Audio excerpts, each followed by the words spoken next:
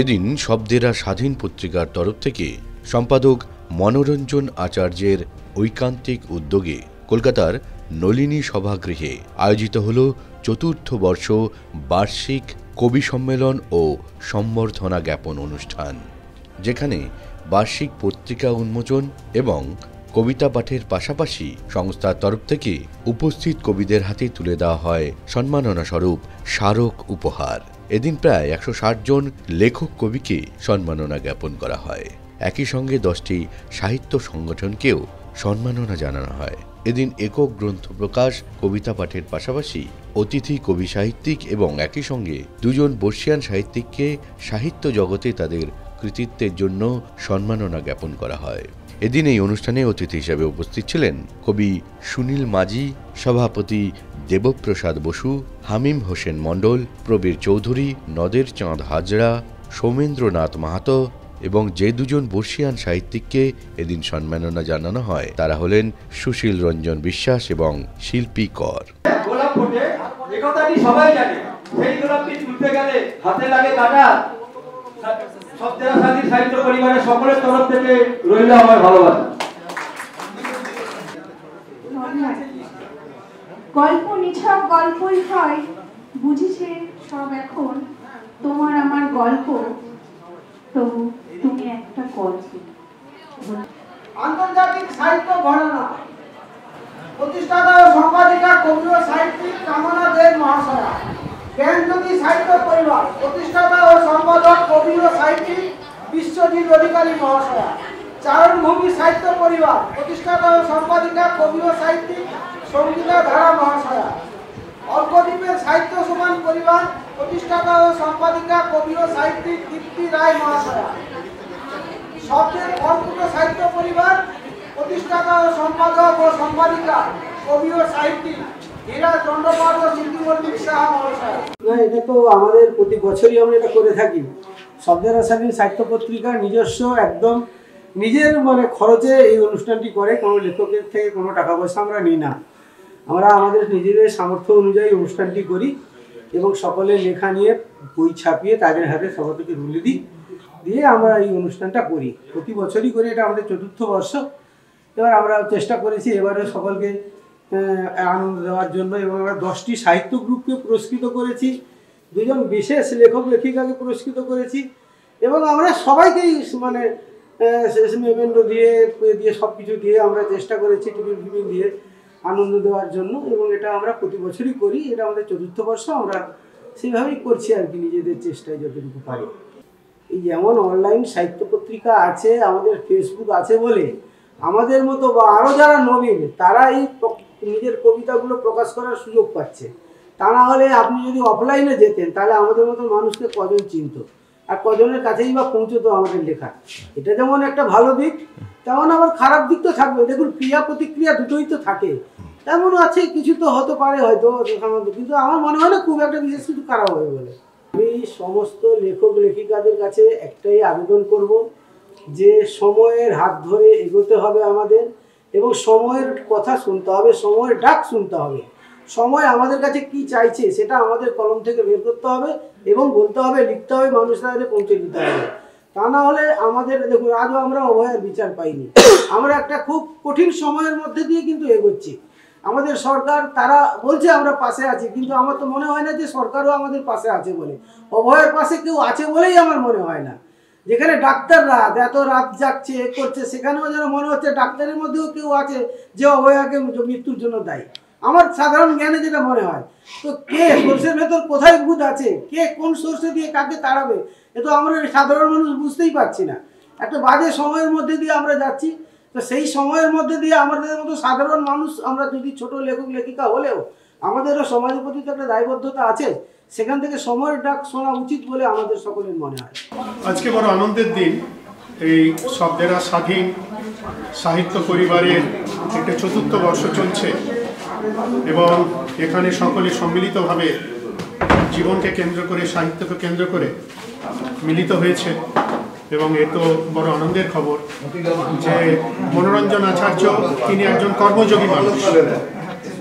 সেই কর্মযোগী মানুষটা তিনি এখানে সকলকে নিয়ে একটা যে সম্মেলন তৈরি করছেন এর জন্য তাকে অশেষ ধন্যবাদ। আমি বিশেষ করে এই মানুষটিকে দেখেছিলাম কয়েক বছর আগে, যে তিনি কেবলমাত্র একক প্রচেষ্টায় একটা পরিবার তৈরি করেছিলেন, এবং সেই পরিবার হচ্ছে সাহিত্য পরিবার। যাই হোক, এক অদ্ভুত আনন্দের মধ্যে আছি এই কারণেই যে তিনি যে পত্রিকা প্রকাশ করেন সেখানে ভিন্ন ভিন্ন মানুষ তাদের জীবনের ছোট ছোট দুঃখ কথা তুলে ধরেন। তো ফলে সাহিত্যের যে মূল কথা, যে ম্লান পৃথিবীতে অম্লান অক্লান্ত হয়ে বেঁচে থাকা চাই, জীবনানন্দের এই কথাটা সবৈবভাবে সত্য। এবং এই অনুষ্ঠানে এসে আমরা আমি বিশেষ করে অনুভব করছি। শব্দেরা স্বাধীন পত্রিকা আমি সভাপতি। 4 বছর আগে শুরু হয়েছিল। হঠাৎ একদিন শব্দেরা স্বাধীন পত্রিকার সম্পাদক, বর্তমান সম্পাদক, তখন তো পত্রিকা প্রকাশ হয়নি মানে সম্পাদক হয়নি, তাই সম্পাদক মনোরঞ্জন বাবু আমাদের সোমনাথ নাগকে ফোন করলেন। সোমনাথ নাগ হচ্ছে এর আগে আমাদের একটি সংগঠন ছিল বিশ্ববঙ্গ বাংলা সাহিত্য একাডেমি, তার চেয়ারম্যান, আমি সেখানে ভাইস চেয়ারম্যান ছিলাম। এবং উনি সমস্ত বইপত্র তৈরি করতেন, পুরো পত্রিকাগুলো যাতে এক ছাতার তলায় আসতে পারে, একটু সংঘবদ্ধ হয়, শক্তিশালী হয়, তার জন্য উনি সংগঠনটা করেছিলেন। এবং মনোরঞ্জন বাবু বা অনেকেই প্রথমে তাকে ফোন করেন বিভিন্ন সাহিত্যের সুবিধার জন্য। তা ফোন করেছেন যে আমি একটা পত্রিকা করব। তা উনি আবার সোমনাথ নাগ আমাকে ফোন করেন, সঙ্গে সঙ্গে ফোন করেন এবং সর্ববিষয়ে করতেন। একটি কথা বলে নিই, উনি 48 বছর বয়সে প্রয়াত হয়েছেন, অকাল প্রয়াণ 2022-এ 17ই আগস্ট। তা উনি আমাকে ফোন করেন। তা পত্রিকা যদি করতে হয় কী নাম হবে, উনি তাহলে শব্দেরা স্বাধীন, আমাদের আলোচনাতে উঠে শব্দেরা স্বাধীন। তা আমি আবার বললাম শব্দেরা যখন স্বাধীন তখন আজকে তো স্বাধীনতা দিবস, সেদিন ছিল 15ই আগস্ট, 4 বছর আগে। তাহলে আজকেই শুরু হয়ে যাক, শুভস্য শীঘ্রম। সেই পথ চলা শুরু হলো। মনোরঞ্জনবাবু খুব নিরলসভাবে, আন্তরিকভাবে সাহিত্য সেবা করেন। উনি কোনো পয়সা করি কারোর কাছে নেন না, উনি নিজের অর্জিত পয়সা দিয়ে এই সাহিত্য সেবাটা করেন, পত্রিকা করেন, বিভিন্ন জনকে মেমেন্টো পুরস্কার দেন, হল ভাড়া করেন, টিফিনের ব্যবস্থা রাখেন। বা অনেকে না বুঝেই অনেক সময় অনেক বদনাম করেন, কিন্তু বেশিরভাগই জানেন, হয়তো 100 জনের মধ্যে 95 জনই জানেন, বা 5 জন হয়তো না জেনে কথা বলেন। উনি এইভাবে করে যাতে, উনি 2022 সালে খরচা করেছিলেন 35,000। তাহলে এত খরচা হয়ে গেল। সাহিত্যের জন্য অন্য খরচা করবে, নিজের বইপত্র আছে, এতটা আছে, বা কাউকে হয়তো দুস্থ, কাউকে হয়তো 10 করে বই ছাপিয়ে দেওয়া হলো, অনেক কাজ আছে সাহিত্যে। তারপরে বছর হলো কি 2023-এ 55 বললেন 55,000 খরচা হয়ে গেল। এবছর বলছেন দাদা 55 হচ্ছে না, 65,000। তাই বলি তো ভালোই করেছেন। আমি তো কালীঘাট থেকে হয়তো একটা গণবিবাহ দিয়ে দিতে পারি 10-15 জন। অনেক খরচাই করছেন, তাই সেটা কি সবাই মনে রাখছে? সেটাই, কারণ বেশিরভাগ সময় দেখা যায় এখানে সেলফি তোলার হিড়িক, অনুষ্ঠান হচ্ছে, কারোর বক্তব্য, কারোর কবিতা পাঠ, কিন্তু নিজেদের মধ্যে গল্প হয়। এটা দেখে দুঃখ লাগে, কাউকে বলাও যায় না। এইভাবেই পত্রিকাটা চলছে। এই 4 বছর, 4র্থ বছরে এই শারদ সংখ্যা। এবারে শারদ সংখ্যা উনি করেছেন যে চারিদিকে যে নারী নিগ্রহ, সে মহাভারতের আমল থেকেই ছিল, এখনও চলছে, একটা প্রকট হয়েছে। এখন ওই ফেসবুকের যুগে, এই ডিজিটাল ক্যামেরার যুগে এটা বেশি জানা যাচ্ছে, লোক সংখ্যা বেশি হয়েছে বলে সংখ্যাটা হচ্ছে। কিন্তু বিচার তো সব ক্ষেত্রে সবাই পাচ্ছে না। যারা শক্তিশালী নয় তারা তো বিচারটা পাচ্ছে না। যারা সাংবিধানিক নিরাপত্তায় থাকেন, সাংবিধানিক আয়ত্তে থাকেন, তাদেরটা আলাদা। কিন্তু সাধারণ মানুষ, যে গণমানুষ কিন্তু বিচার পাচ্ছে না। এইগুলোই আমাদের খুব পীড়া দেয়। সেই মতন উনি পত্রিকার এবার প্রচ্ছদ করেছেন, একটি মেয়ে, তার চোখ দিয়ে জল পড়ছে, তার মা শারদ সংখ্যা। সেইভাবেই আমরা শারদীয়া পূজা করি, মায়ের পূজা করি, কিন্তু আমাদের জীবন্ত মায়ের পূজা তো দূরের কথা, অনাদরই হচ্ছে, অসম্মান হচ্ছে। এগুলো আমাদের বদমাস। মনোরঞ্জন আচার্য অনেক দিন ধরে এই সাহিত্য সেবাটি করে আসছে। কবিরা তো খুশি হবেই, কেননা এই পরিবারের নাম শব্দেরা স্বাধীন। সত্যি শব্দ যদি স্বাধীন না হয় তাহলে কবিরা কি করে স্বাধীন হবে। এই যে আজকের এই অনুষ্ঠান সারা বছর ব্যাপী বিভিন্ন রকম প্রতিযোগিতামূলক ইভেন্ট থাকে এবং সেগুলো অতি উৎসাহ নিয়ে কবিরা অংশগ্রহণ করেন, অনেকেই পুরস্কার সম্মাননা পেয়েছেন। আনন্দের একটা জায়গা।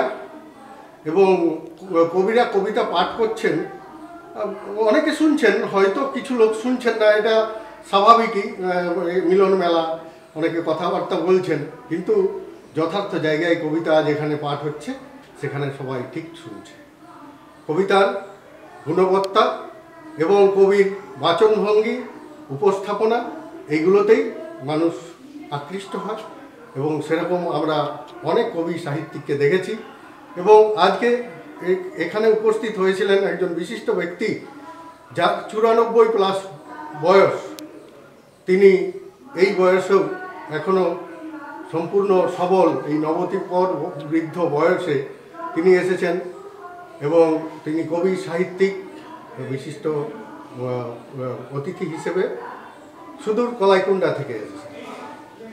আমরা ধন্য ওইরকম একজন ব্যক্তিকে আমাদের এই সাহিত্য সভার মাঝে পেয়ে। সাহিত্যের অনুষ্ঠান সারা বছর এভাবে চলবে, কিন্তু এই উৎসব সত্যিই আনন্দমুখর হয়ে উঠেছে। অনেক ধন্যবাদ। অসাধারণ একটা উদ্যোগ মনোরঞ্জন বাবু আমার বন্ধু।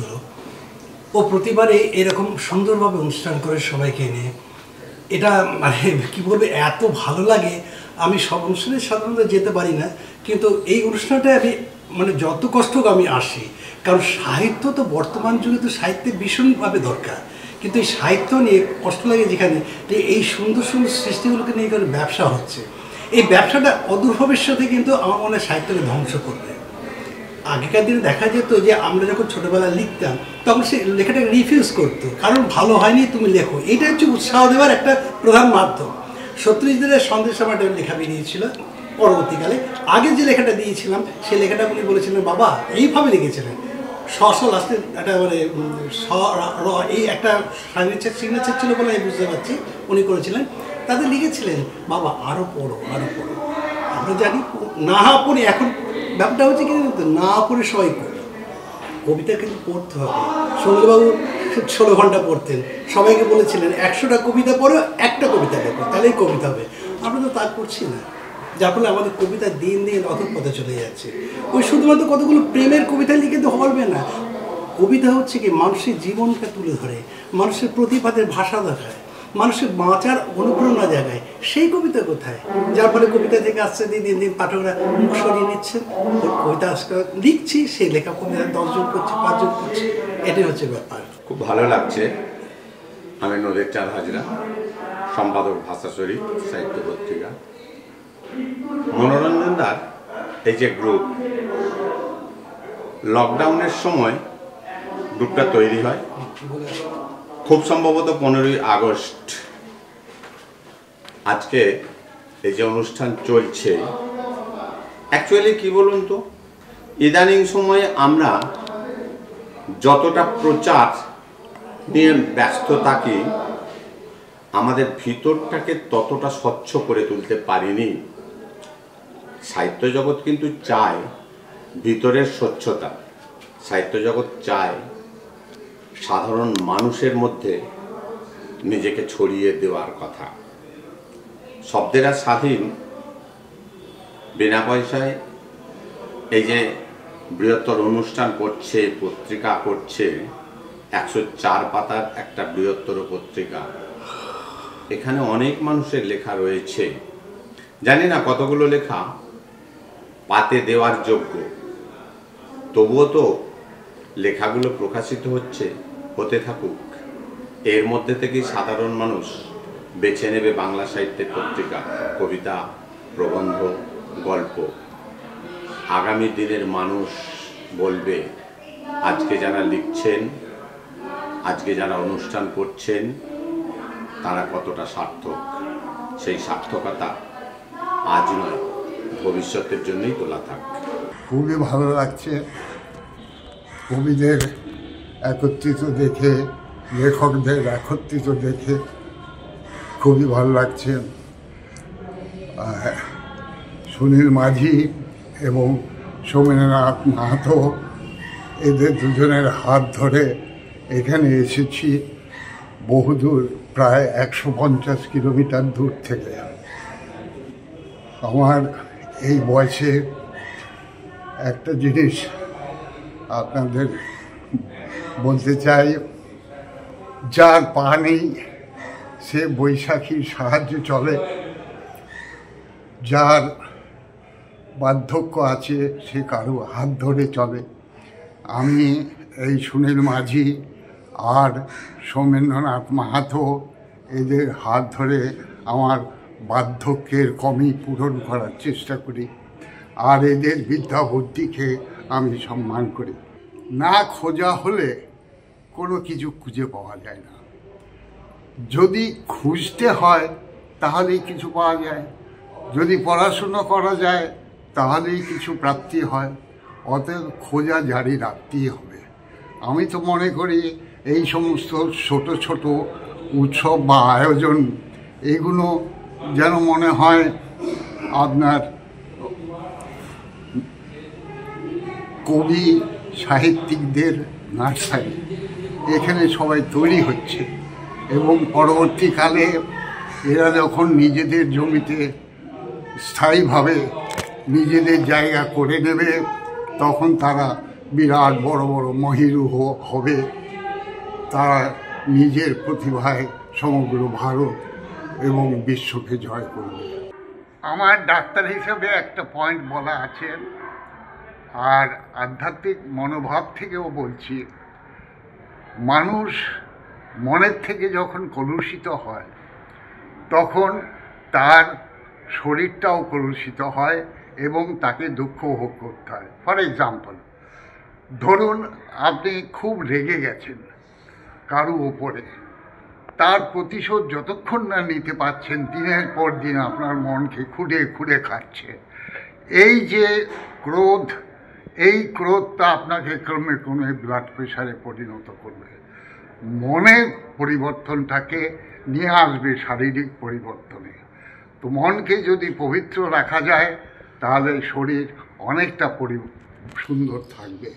সেই জন্যেই আগেরকার দিনে মন্দিরে বা কোনো ঠাকুরের স্থানে লোক যেত মনকে পবিত্র করার আশা নিয়ে, কিন্তু আজ আমার বড় সন্দেহ হয় যে মন্দিরে গিয়ে তারা ঘুষ দেওয়ার চেষ্টা করে। তারা বলে আমার ছেলে ভালো হলে পাঠা বলি দেবো, আমার ছেলেটা পরীক্ষায় পাস করলে তাহলে এই দেবো ওই দেবো। Is it A bargain? তুমি কি ঘুষ দিচ্ছ ঠাকুরকে? তো এই ধরনের মনোভাব থাকলে শরীর তো দুর্বল হবেই। তো মনটাকে একটু পবিত্র রাখার চেষ্টা করলে শরীরটাও ভালো থাকবে।